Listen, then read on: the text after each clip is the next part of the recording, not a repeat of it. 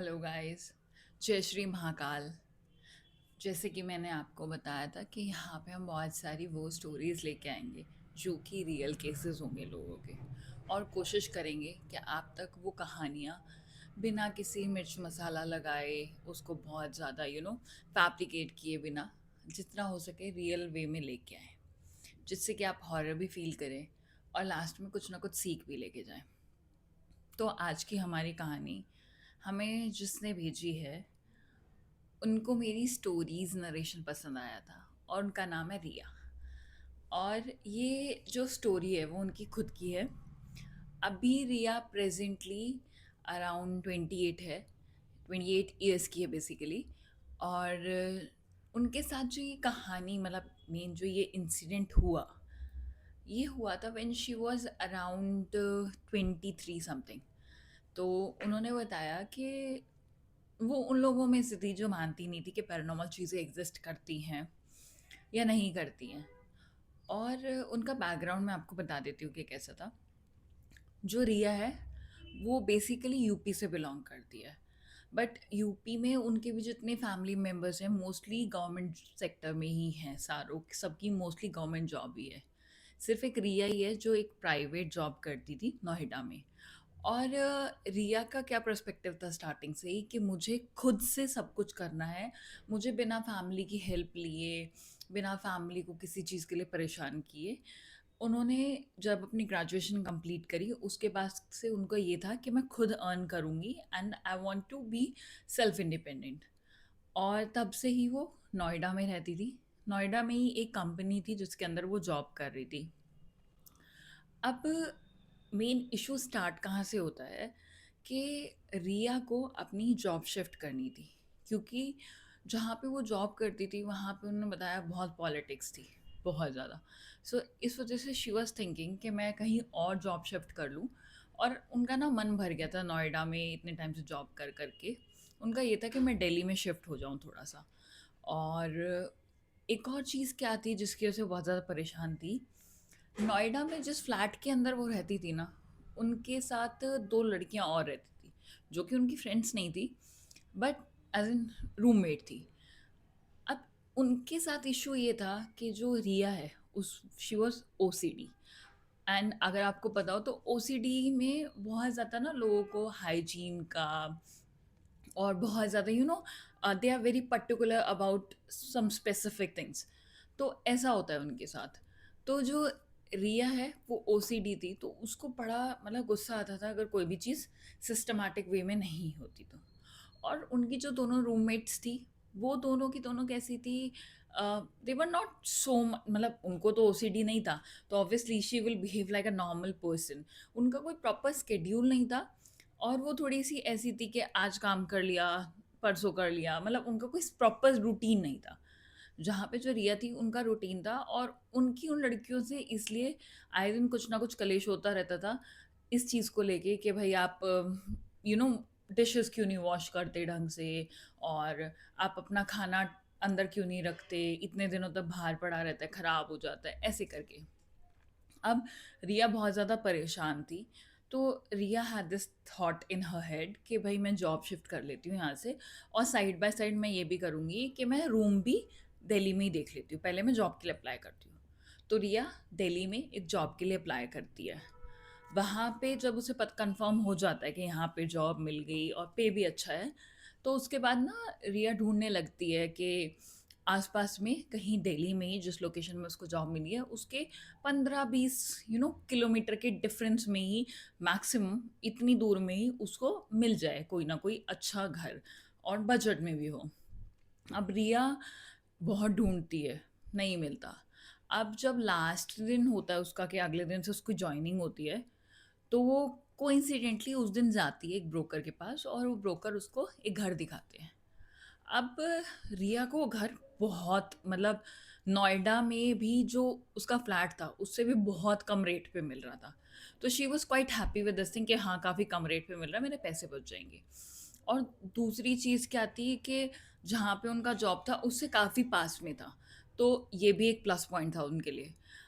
अब क्या होता है कि जो ब्रोकर होता है वो उनको बताता है कि भई आपको एडवांस देना पड़ेगा, और आप वेल फर्निश्ड घर मिल रहा है उनको, और काफ़ी मतलब जितना उनका नोएडा में घर था, जितने का उन्हें रेंट पे मिला हुआ था, उससे 4-5 हज़ार रुपये कम था, दिल्ली में वो भी। और उनकी जहाँ पे जॉब थी, जहाँ उनका ऑफिस था, उस लोकेशन के बहुत पास था। तो she was very happy with this thing कि ठीक है, बढ़िया है, ये तो सब कुछ चीज़ बढ़िया मिल गई। अब एक चीज़ और अच्छी क्या थी कि जो फ्लैट रिया को मिला था, वो फ्लैट में 2 और रूम्स थे, पर वो दोनों रूम्स ऑक्यूपाइड नहीं थे, वो दोनों रूम्स खाली थे। तो लैंडलॉर्ड ने बोला कि मैंने किसी को दे नहीं रखे हैं, और अभी है भी नहीं, मतलब मुझे नहीं लगता कि अभी कोई लेने आएगा या कोई रहने आएगा। अगर आप कंफर्टेबल हो और आप किसी को जानते हो जो रूम लेना चाहे, तो उनको बुला लो आप, तो कोई लेना चाहता है अगर तो रिया कहती नहीं नहीं मैं नहीं, और मेरा थोड़ा ऐसा ही है कि मैं सेपरेट ही रहती हूँ थोड़ा। तो ऑनर वाज लाइक ओके ठीक है, तो उनको एक रूम दे देता है, जिस एक फ्लोर पे 3 रूम होते हैं एक ही घर के अंदर प्रॉपर। रिया अपना रूम ले लेती है, बाकी 2 रूम्स ऑलमोस्ट टाइम बंद रहते हैं। अब 1 महीने बाद, अभी तक सब कुछ सही चल रहा था, मतलब ऐसा कोई भी इशू नहीं था जो रिया को आ रहा हो, क्योंकि रिया को एक तो अकेला रहना बहुत पसंद था, दूसरा यहाँ पे वो चिक-चिक नहीं थी कि भई रूममेट है, स्केड्यूल नहीं है, जैसे उसको ओसीडी का प्रॉब्लम है, वो सब कुछ से रिलेटेड कोई इशू नहीं होने वाला था, क्योंकि कोई दूसरा इंसान था ही नहीं। अब जो रिया होती है, रिया को आके जो मेन ओनर होते हैं, जो ब्रोकर होते हैं, वो आके बताते कि अभी ना शायद से 1-2 दिन में, कल और आज में ही एक लड़की आ जाएगी और एक रूम वो ले लेगी। तो रिया वाज़ लाइक ठीक है, मैं तो अपने का रूम पे कर रही हूँ, और मुझे क्या लेना देना कौन आ रहा है कौन नहीं आ रहा, मैं ज़्यादा बोलचाल बढ़ाऊँगी ही नहीं, और पहले से ही बता दूँगी कि भाई मेरे साथ ऐसे-ऐसे इश्यू है और आप थोड़ा-सा डिस्टेंस मेंटेन करके, ऐसा वाला होता है। अब क्या होता है नेक्स्ट डे, जैसे ही मतलब रिया अपने ऑफिस से आती है, तो रिया का स्केड्यूल ये होता है कि रिया अराउंड 12 बजे निकल जाती है जॉब के लिए, और 8-9 बजे वापस आती है। उसका ऐसा ही स्टफ होता है, और फिर आज ये वाले होते हैं। अब होता ये कि जैसे ही रिया घर पे आती है, तो रिया देखती है कि सिंक में डिशेस पड़ी हुई हैं। अब उसे रियलाइज़ नहीं होता कि मतलब ये डिशेस कहाँ से पड़ी हैं। अब उसको ये लगता है कि हो सकता है ओनर अभी थोड़े दिनों पहले बता के गया था कि आएगी एक लड़की, तो हो सकता है शायद से आ गई हो। अब उनको ये लगता है कि आ गई होगी, मुझे मिलना चाहिए, नहीं मिलना चाहिए, तो उनका ये थॉट होता है कि छोड़ो ना, खुद ही आके मिल लेगी मेरे से, वैसे वाला। रिया अपने रूम में चली जाती है।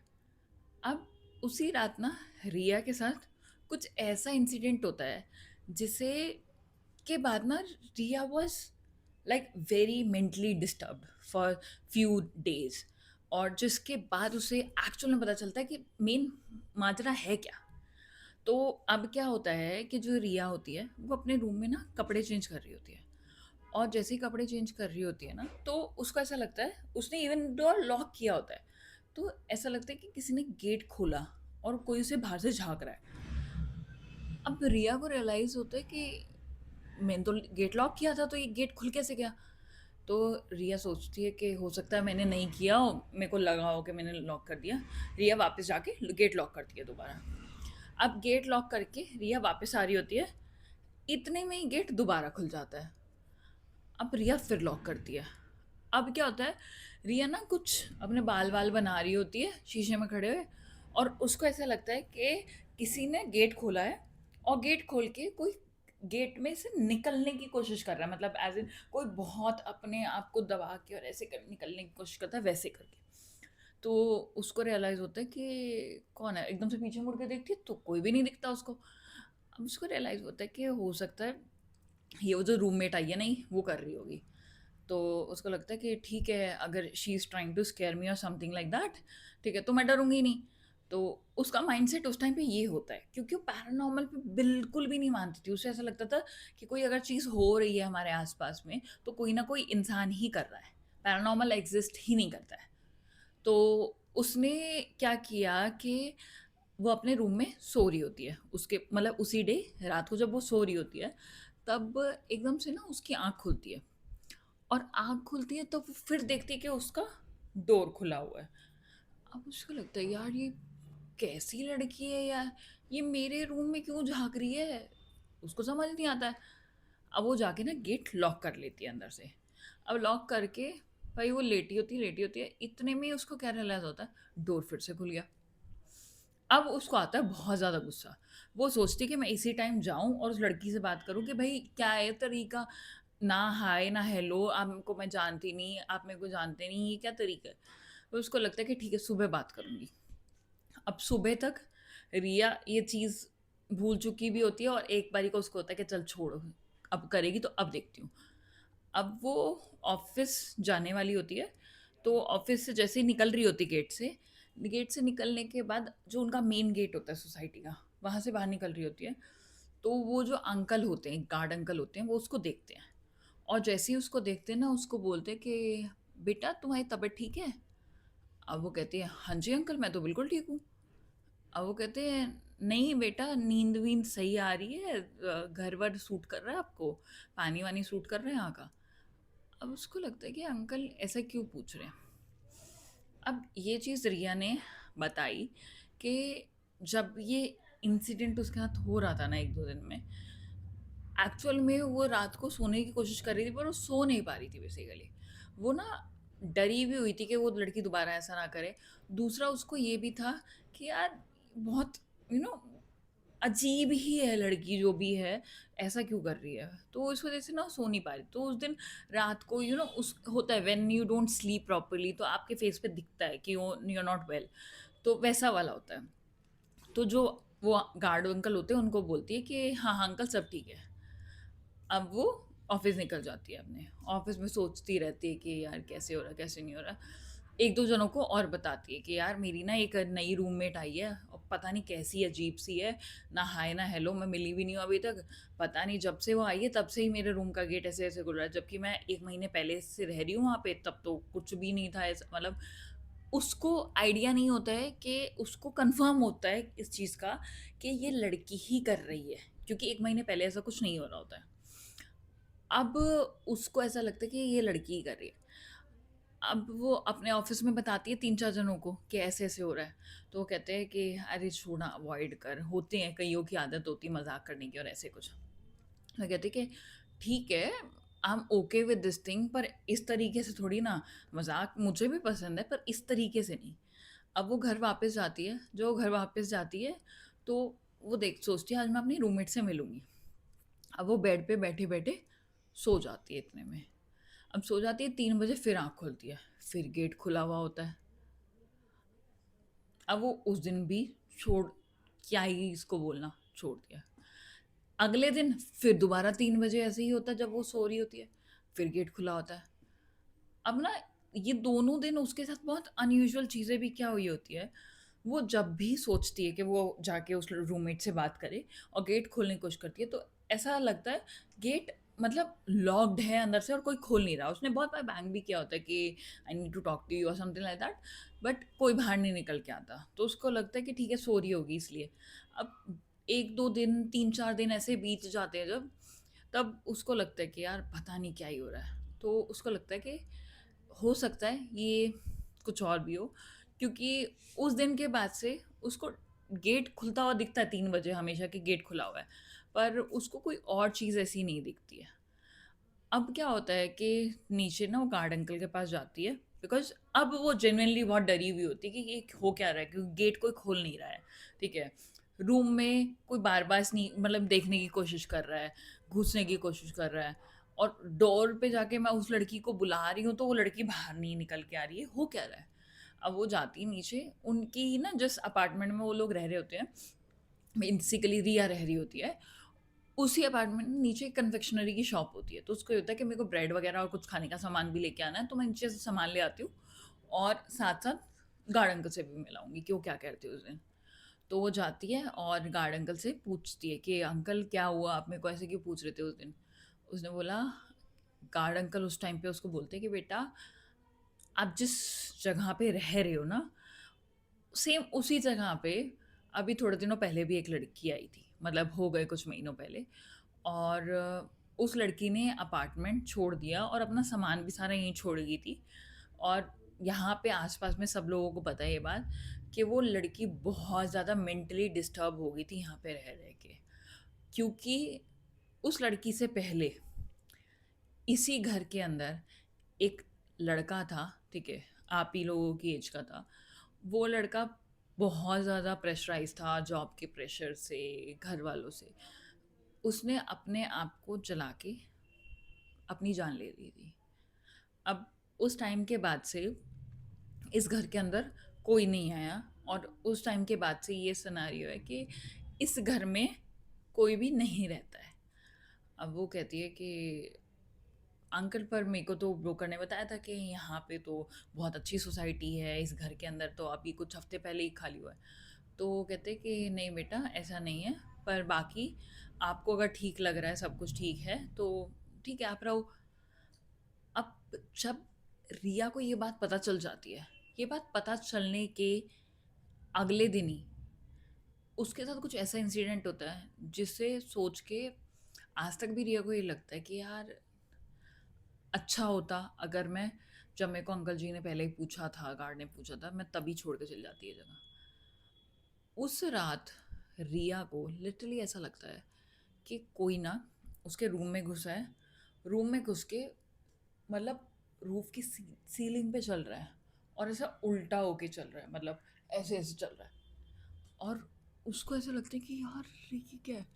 अब वो ना अपनी आइज रब करती है और फिर दोबारा देखती है तो उसको फिर से दिखाई देती है वही चीज़ सेम।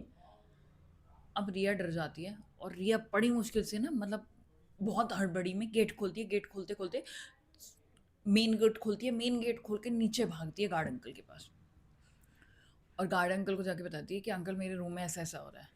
वो अंकल कहते कि बेटा, मैंने तुमको पहले ही बताया था, बाकी तुम एक काम करो, तुम यहीं पे रुको, ठीक है, तुम ऊपर मत जाओ, जब सुबह हो जाए तो ऊपर चले जाना। तो कहती है ठीक है अंकल, और मैं यहाँ पे से खाली करूँगी। अब क्या होता है कि रिया अगले दिन ही ब्रोकर को बोलती कि भैया, मेरे को बताती नहीं है कि रीज़न क्या है, बस ये बोलती कि मेरे को ना घर खाली करना है, और कहती कि आपने एक रूममेट भी भेजी थी मेरी वो। तो उन्होंने बोला कि नहीं, आपकी रूममेट तो आई ही नहीं, उसने कहीं और फ्लैट ले लिया था, तो वो आई ही नहीं यहाँ पे।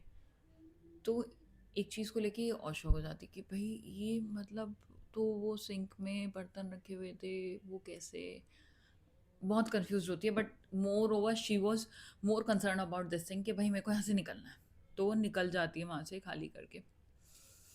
अब रिया ने जाके 2-3, मतलब इवन 2-3 महीने बाद ही जाके सेम सोसाइटी में वो गार्ड अंकल को, शी वॉज लाइक कि मेरे को उनको एटलीस्ट थैंक यू बोलना चाहिए कि उन्होंने मेरी मदद करी, मेरे को उस दिन रात को यहाँ पे रखा, उसके अलावा मुझे वार्न करने की कोशिश की।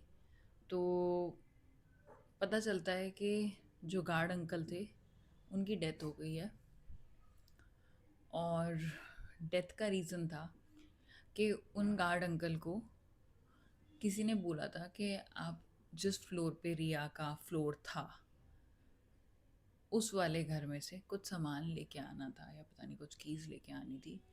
और वो गार्ड अंकल कीज़ लेके नीचे आ रहे थे, और वो सीढ़ियों से उनका पैर फिसला, और एट द स्पॉट उनकी डेथ हो गई। अब नोबडी नोज़ कैसे हुआ, क्यों हुआ, क्या रीज़न था, पर रिया का थॉट ये था कि शायद से उन गार्ड अंकल ने उसको बचाया, इसलिए उनके साथ ऐसा कुछ हुआ। And this was a story जो रिया ने जब भेजी, तो शी वॉज दिस थिंग कि भाई मैं नहीं मानती थी, बट मेरी वजह से किसी और ने अपनी जान दे के कीमत चुकाई इस चीज़ की। I guess this was the story. And अगर आपके पास भी कोई ऐसी स्टोरी है, या आप भी कोई ऐसी स्टोरी मुझे भेजना चाहते हैं, या आप भी चाहते हैं कि मैं अपने चैनल पे कुछ ऐसी स्टोरीज़ नरेट करूँ जो रियल केसेस हो, जिनसे हमें कुछ सीख मिले कि कुछ चीज़ें हैं जिन पे हमें थोड़ा ज़्यादा ध्यान देना है, और कुछ चीज़ें हैं जिन्हें हमें एकदम से ऐसे अवॉइड नहीं करना है, और कुछ चीज़ें हैं जिनका हमें ध्यान बहुत ध्यान से रखना है, तो मैं उनको नरेट करूँगी अपने इस चैनल पे। So till now, take care of your self.